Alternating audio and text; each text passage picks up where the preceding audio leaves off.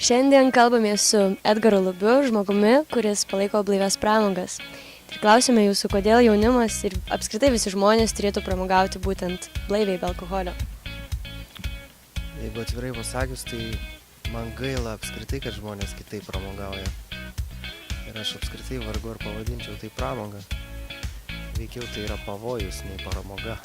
Pavojus savo ir kitiems. Ir jeigu tu laimingas, tu turi būti laimingas pats iš savęs, tau nereikia papildomų kažkokių priemonių.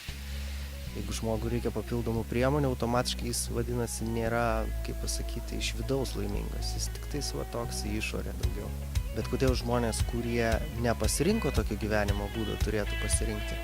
Tai aš manau, tiesiog turėtų įjungti tokią laisvą pavarą ir tiesiog pabandyti pažiūrėti, kaip visa tai atrodo. Ir viskas.